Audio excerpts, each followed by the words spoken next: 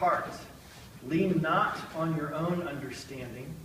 In all your ways acknowledge him, and he will make your paths straight. Do not be wise in your own eyes. Fear the Lord and shun evil. This will bring health to your body and nourishment to your bones. This is the word of the Lord. Thanks be to God. And the New Testament reading comes from the Gospel of Mark, chapter 5, verses 21 to 43. When Jesus had again crossed over by boat to the other side of the lake, a large crowd gathered around him while he was by the lake. Then one of the synagogue rulers, named Jairus, came there. Seeing Jesus, he fell at his feet and pleaded earnestly with him, "My little daughter is dying. Please come and put your hands on her so that she will be healed and live." And so Jesus went with him. A large crowd followed and pressed all around him. And a woman was there who had been subject to bleeding for 12 years. She had suffered a great deal under the care of many doctors and had spent all she had. And yet, instead of getting better, she grew worse. When she heard about Jesus, she came up behind him in the crowd and touched his cloak, because she thought, "If I can just touch his clothes, I will be healed." Immediately her bleeding stopped, and she felt in her body that she was freed from her suffering. At once Jesus realized that power had gone out from him. He turned around in the crowd and asked, "Who touched my clothes?" "You see the people crowding against you," the disciples answered, "and yet you say, 'Who touched me?'" But Jesus kept looking around to see who had done it. Then the woman, knowing what had happened to her, came and fell at his feet, and trembling with fear, told him the whole truth. And he said to her, "Daughter, your faith has healed you. Go in peace and be free from your suffering." While Jesus was still speaking, some men came from the house of Jairus, the synagogue ruler. "Your daughter is dead," they said. "Why bother the teacher anymore?" Ignoring what they said, Jesus told the synagogue ruler, "Do not be afraid, just believe." He did not let anyone follow him except Peter, James, and John, the brother of James. When they came to the home of the synagogue ruler, Jesus saw a commotion with people crying and wailing loudly. He went in and said to them, "Why all this commotion and wailing? The child is not dead, but asleep." But they laughed at him. After he had put them all out, he took the child's father and mother and the disciples who were with him and went in where the child was. He took her by the hand and said to her, "Talitha cum," which means, "Little girl, I say to you, get up." Immediately the girl stood up and walked around. She was about 12 years old. At this, they were completely astonished. He gave strict orders not to let anyone know about this and told them to give her something to eat. This is the word of the Lord. Thanks be to God.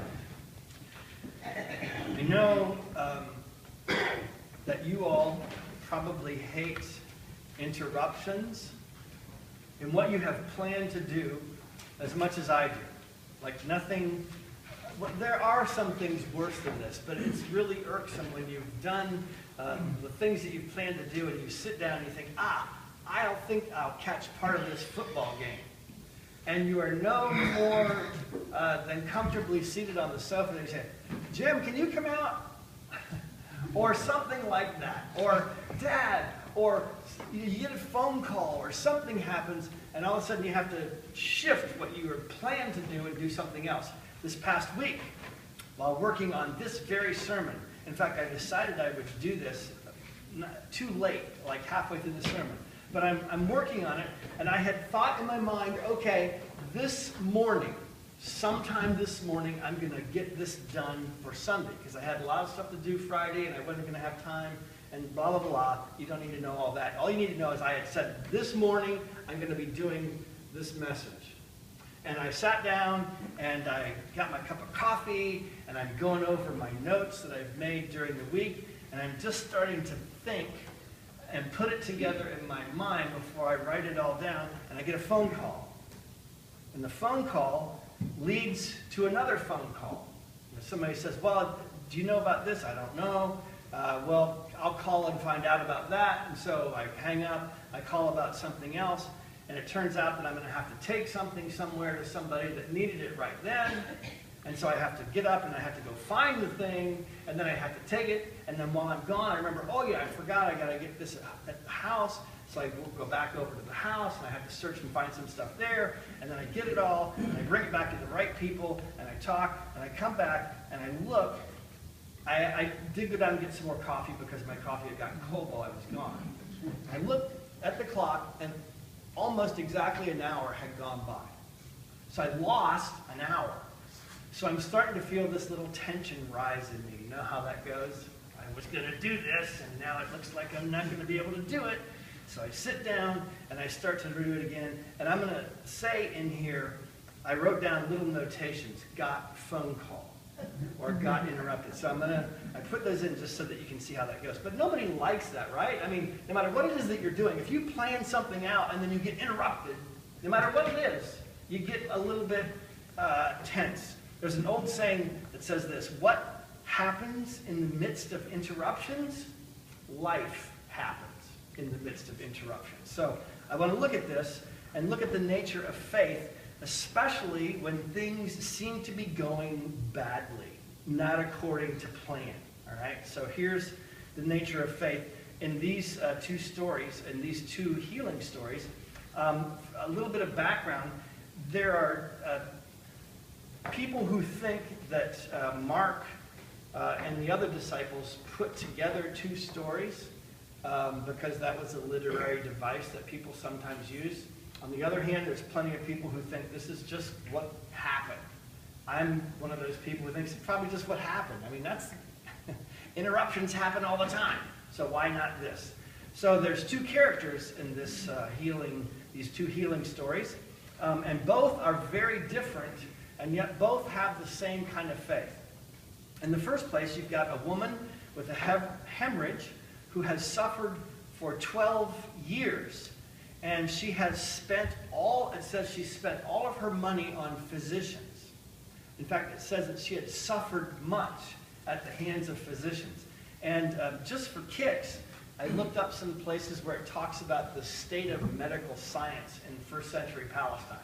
And I don't want to make it sound like, oh, those people were such idiots, because we're always looking back at the past and thinking, oh, those people were such idiots. Actually, they weren't. They had some really good stuff that people still use today in medical, treating people medically. However, there were also some things that would cause you to suffer much. And one of the things that they could do is that you were supposed to make a potion out of a crushed up and burned wolf's skull and some gardenias, flowers, and olive oil, and you were supposed to crush all that together and make a potion and put it in a little bag. What do they call those things, those bags? Poultice, but there's also another word for the bag itself. Anyway, you were supposed to wear this bag around you, and somebody was supposed to say to you, come out of your bleeding. So if you're going to a doctor that's telling you to do that, and he's charging you money, and you pay the money and it doesn't work, you're suffering at the hand of doctors. So there was some good stuff. They knew about, pain relievers. They knew about basic pain relief and stuff like that. There was even some simple surgery that they could do, not under the best of conditions. Sometimes it was with sharpened flints, as we heard this morning in Sunday school. But they could do some basic things. But this woman had suffered for 12 years. Nothing had worked, and she was poor now. She'd spent all of her money. Some of us who have been interacting with the healthcare system recently know what terrifyingly close to spending all of your money on healthcare. And she wasn't made any better. She was, because of that, because of her condition, she was unable to worship. She was unable to go into the synagogue or into the temple because that kind of discharge made her unclean. Now, unclean does not mean necessarily sinful. For some reason, I never think about saying that. I think sometimes when we think of somebody being unclean, we think that they're somehow sinful and they have to be cleansed. It doesn't have anything to do with being unclean. It has more to do with being ritually or religiously able to meet with other people and worship God. So remember, in the Old Testament, you were supposed to bring the first fruits of your produce and give them to God. And when you brought a sacrifice, you were supposed to bring an unblemished lamb or heifer or whatever it was that you were sacrificing. It was supposed to be in perfect condition. And so the same way with the worshipers. And if for some reason you had a condition that made you ritually unable to worship, and this was one of those conditions, you weren't supposed to have physical contact with others. Probably the closest thing today would be somebody who had pneumonia or some other contagious disease that you didn't want to be in worship with us, because who wants to spread all that around? Typhoid Mary maybe would be a good example. So this woman had been excluded from the community. She was unable to worship. She was unable to be with people on a normal sense, because anybody that you touched when you were in an unclean condition also became unclean. It's like that old game of electricity. Remember, if I'm holding hands with you and you're holding hands with me, and then you touch somebody, then they're all holding hands together. It was that kind of thing. In fact, let me read this to you from Leviticus 15. I thought this was interesting, because this happens for men and women. In Leviticus 15, it says this about anybody. In fact, in the first half of the chapter, it talks about men. In the second half of the chapter, it does the same thing with women. It just changes men with women. But it says this: anyone who touches any bed the man with the discharge lies on will be unclean. Anything he sits on will be unclean. Anyone who touches his bed must wash his clothes and bathe with water, and he will be unclean until evening. Whoever sits on anything that the man with the discharge sat on must wash his clothes and bathe with water, and he will be unclean until evening. Whoever touches the man with the discharge, and this is the big important thing for us, whoever touches the man with the discharge must wash his clothes and bathe with water, and he will be unclean until evening. So, that's the Old Testament, and this woman was living in an Old Testament community of Jews, and so that would have been her lot in life for 12 years. So she is in bad shape. On the other hand, Jairus is a synagogue ruler, which means by definition, well, maybe not by definition, he's probably respected in the community. I was going to say, like any pastor today, they're respected in the community, but maybe you can't say that about every pastor. But normally, Jairus would have been, as a synagogue ruler, somebody who oversaw the life of the synagogue, he would have been respected in the community, probably a prosperous man, probably maybe not necessarily wealthy, but prosperous and comfortable and respected in the community. And his 12-year-old daughter is dying. So he's got a different kind of situation than the woman with the hemorrhage. And yet they both eventually receive what they've been seeking, and they both receive it by faith. So we want to look at what is the nature of faith. In the first place, both of these people have heard of Jesus. That's not a small thing. On the one hand, you want to say, duh, of course they've heard of Jesus, or they wouldn't go. Well, that's a big thing. To have heard about Jesus and the things that he can do is one of the things that calls forth faith from people. Hence, the importance of things like the after-school youth club, where we pretty regularly see kids who don't know nothing about the Christian faith, who don't know the Bible stories because their parents don't take them to church. They come to the after-school youth club because they can be out of the house and out from underneath the feet of the parents, and they can get a little dinner, and then they can go home. But while they're there, they hear Bible stories about Jesus. And so that's like the first thing that people need. That's the first thing that Jairus and the woman that needed the healing needed to hear. They needed to simply know some basic facts about Jesus. That's part of faith. That's not the full part of faith, but that's an important beginning. And the second thing is that they go to him with an expectation that he might be able to help. They don't know for sure, but they're thinking, why not? Give it a shot. And so they go with an expectation that he should be able to help them. Also note that they are both serious and genuine in their approach to him. In other words, they're not testing him. You know how you hear about the Pharisees came to Jesus and they tested him, and they put some questions to him, and they weren't really genuinely seeking an answer. They were trying to test him and draw him into an argument and trap him in his words and stuff. These people are not doing that. They are genuinely looking for something from Jesus. Too many of us, and even if you've been around the church for a long time, too many of us will say, well, I prayed a couple times, but nothing ever happened. Nothing ever came from it. So it's almost like, well, why were you praying? I mean, were you testing God in some way? Or were you looking for something for sure in some way? Or what? These people were not doing that. They're not coming up here coming up to Jesus in a disingenuous way. They're seriously seeking help for a real situation in their lives.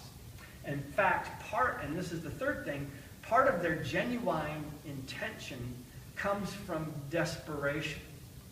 They're desperate. The woman has had her condition for 12 years. She's lost all of her money. She has no place else to go. She has no one else to turn to. She needs something from Jesus. She's really, really desperate. And the same thing with Jairus. Jairus is at the point where his daughter is right at the point of death when he leaves to come to Jesus.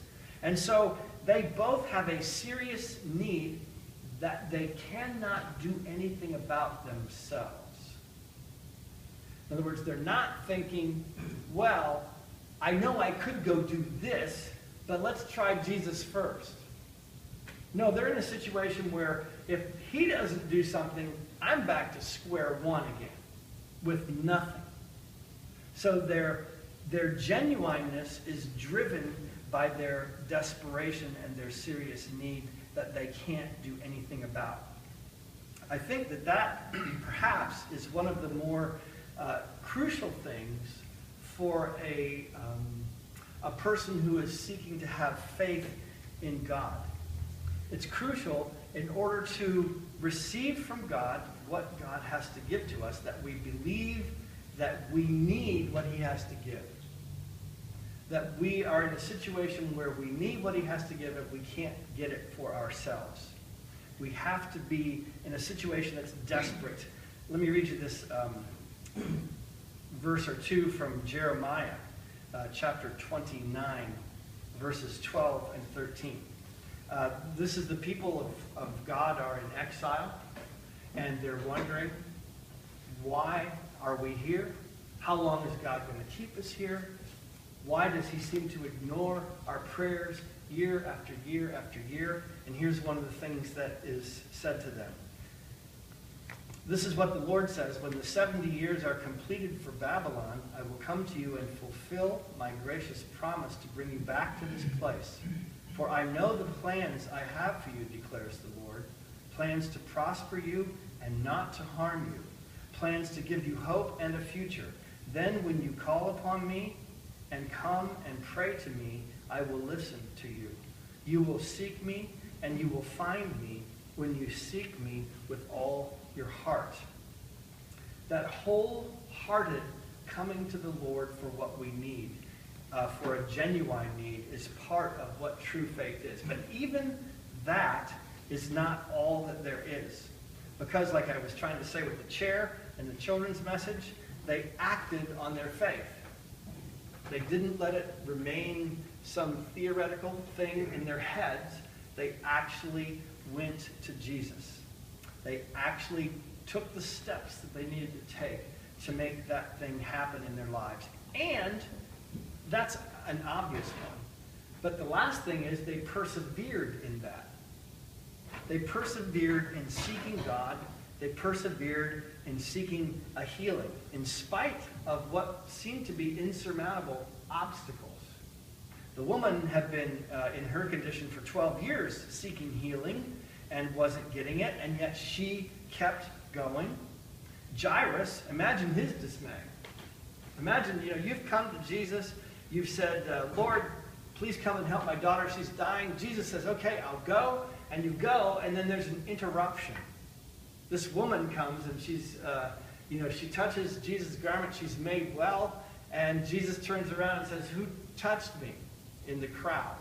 "Who touched me? Are you kidding me? The whole crowd is touching you. Let's go. My daughter's dying." And Jesus says, "No, somebody touched me. I want to talk to whoever it was." And he turns around, the woman comes up, and she spills the whole story. And he has this little interaction with the woman. Put yourself in Jairus' place. "Excuse me, my daughter is dying." And then, and this would be like the icing on the cake, they finish with the woman, they turn and start to go again, and people come from his house and say, "Well, don't bother him anymore. I'm sorry to say your daughter has died." Now, if you're Jairus, what are you thinking? Let me go find that woman that stopped Jesus from getting there. You think when death is present, there's no more hope. That's not what Jesus thinks, though.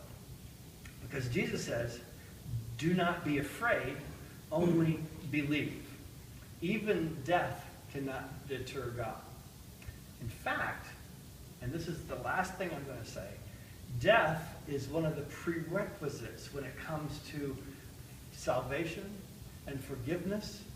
If you have a spark of life in you whereby you think, "I can do what God requires and get his forgiveness and salvation on my own merits," if that spark is alive in you, it's not going to get you anywhere until you come to the end and you realize, like Paul says in Ephesians 2, that when we were dead in our trespasses and sins, God made us alive. Death is not an ultimate obstacle for God, particularly in the spiritual realm. For us, the call to trust God and Christ couldn't be clearer, and to persevere in that trust even when it seems like the world is falling apart, even when it seems like all of our plans are being interrupted. The call is to put all of our faith and hope in God and all that he's done for us in Christ. And so I would invite you, particularly as we come to the Lord's Supper today, to come with that faith, that kind of expectant and persevering faith in mind. Let's close in a word of prayer.